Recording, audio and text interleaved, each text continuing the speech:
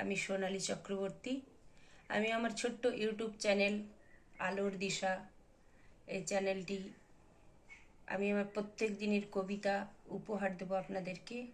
আপনারা এই চ্যানেলটিকে আমার কবিতাটি শুনে লাইক, কমেন্ট, শেয়ার ও সাবস্ক্রাইব করে আমার পাশে থাকবেন, এই আশা রাখছি। আফ্রিকা, বিশ্বকবি রবীন্দ্রনাথ ঠাকুর। উদ্ভ্রান্ত সেই আদিম যুগে স্রষ্টা যখন নিজের প্রতি অসন্তোষে নতুন সৃষ্টিকে বারবার করছিলেন বিধ্বস্ত, তার সেই অধৈর্যে ঘন ঘন মাথা নাড়ার দিনে রুদ্র সমুদ্রের বাহু প্রাচী ধরিত্রীর বুকের থেকে ছিনিয়ে নিয়ে গেল তোমাকে। আফ্রিকা, বাঁধলে তোমাকে বনস্পতির নিবিড় পাহারায় কৃপণ আলোর অন্তঃপুরে। সেখানে নিভৃত অবকাশে তুমি সংগ্রহ করছিলে দুর্গমের রহস্য। প্রকৃতির দৃষ্টি অতীত জাদু মন্ত্র জাগাচ্ছিল তোমার চেতনাতীত মনে।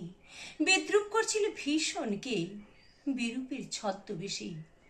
হায় ছায়াবৃতা, কালো ঘোমটার নিচে ছিল তোমার অপরিচিত মানব রূপ।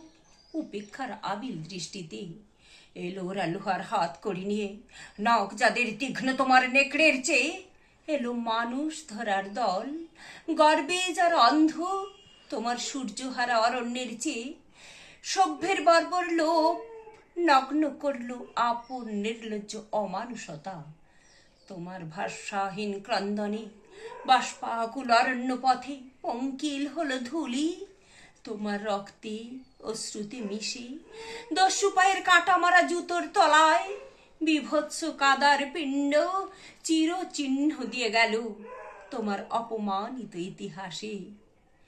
সমুদ্র পাড়ে সেই মুহূর্তে তাদের পাড়ায় পাড়ায় মন্দিরে বাজছিল পুজোর ঘণ্টা। সকালে সন্ধ্যায় দয়াময় দেবতার নামে শিশুরা খেলছিল মায়ের কোলে। কবির সঙ্গীতে বেজে উঠেছিল সুন্দরের আরাধনা। আজ যখন পশ্চিম দিগন্তে প্রদোষকাল, ঝঞ্ঝা বাতাসের ঊর্ধ্বশ্বাস, যখন গুপ্ত গহর থেকে পশুরা বেরিয়ে এলো, অশুভ ধ্বনিতে ঘোষণা করলো দিনের অন্তিম কাল। এসো যুগান্তীর কবি, আসন্ন সন্ধ্যার শেষ রশ্মি পাতে দাঁড়াও ওই মান হারা মানবীর দ্বারে।